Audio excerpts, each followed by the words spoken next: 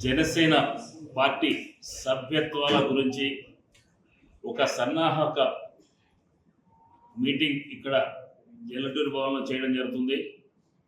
మా అధినాయకుడు పవన్ కళ్యాణ్ గారు సూచన మేరకు 26వ తేదీన మొదలు అవుతుంది మా యొక్క మెంబర్షిప్ కార్యక్రమాన్ని.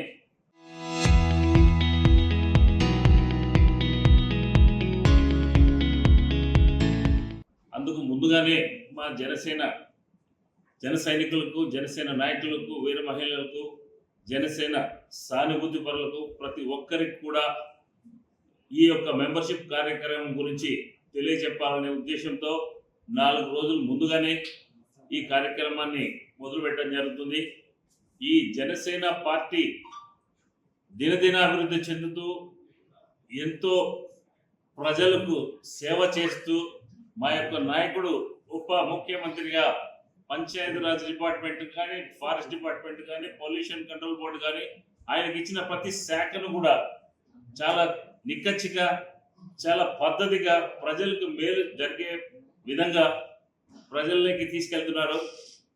మా యొక్క జనసేన పార్టీ 100% స్ట్రైక్ రేట్లో 24లో జరిగిన ఎలక్షన్స్లో స్ట్రైక్ రేట్ సాధించి భారతదేశంలోనే చాలా గొప్ప పార్టీగా, వన్ అండ్ ఓన్లీ పార్టీగా రావడం జరిగింది.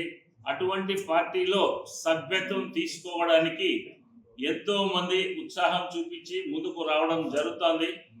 అందులో భాగంగానే మా యొక్క పార్టీ ఆవిర్భావం నుంచి ఉన్నటువంటి మా కార్యకర్తలు, అలాగే మా యొక్క నాయకులు ప్రతి ఒక్కరు కూడా ఈ కార్యక్రమాన్ని తన సొంత కార్యక్రమంగా చేసుకుంటూ మన పార్టీ అభివృద్ధి కోసం అందరూ కూడా కలిసికట్టుగా పోరాడి సభ్యత్వ నమోదు కార్యక్రమాన్ని విజయవంతం చేసుకుంటూ ముందుకు వెళ్దాం. అలాగే మా యొక్క రాజంపేట పార్లమెంట్ సంబంధించి రాజంపేట నియోజకవర్గంలో ఎక్కువ సభ్యత్వాలు చేసే విధంగా మా యొక్క కార్యకర్తలకి, నాయకులకి ప్రతి ఒక్కరికి కూడా మేము ప్రోత్సహిస్తూ ముందుకు వెళ్తున్నాం.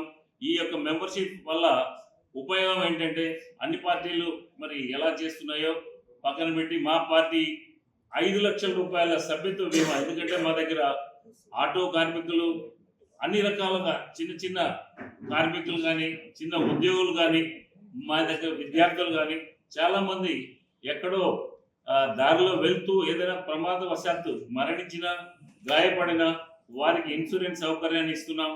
అలాగే ఈ రాబో ఎలక్షన్స్లో అంటే మేము కార్యకర్త నుంచి నాయకుడిగా ఎదగాలనే ఒక సదుద్దేశంతో ఈ ప్రోగ్రాం కూడా నిర్వహించడం జరుగుతుంది.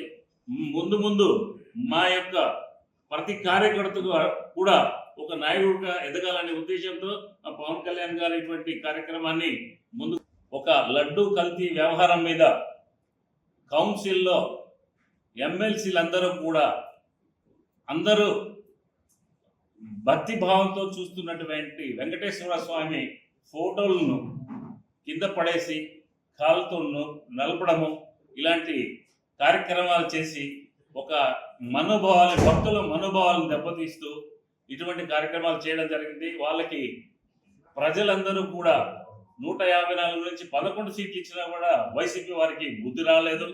వాళ్ళు బుద్ధి తెచ్చుకొని ఇటువంటి భక్తుల యొక్క మనోభావాలను దెబ్బతీస్తూ నాసిరకమైనటువంటి కల్తీ ఉన్నటువంటి నెయ్యిని వాడి లడ్డూలు తయారు చేసి ఈ లడ్డూలను ప్రపంచవ్యాప్తంగా అందరికీ పంపి వారి యొక్క మనోభావాలను దెబ్బతీయడం జరిగింది.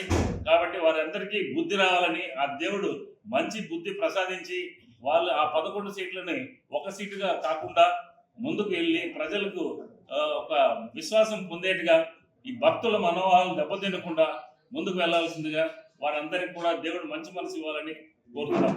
Local to global news at your fingertips. మీ చేతిలో ఒక ఆయుధం. Download Raw TV app. Media legend Ravi Prakash is back.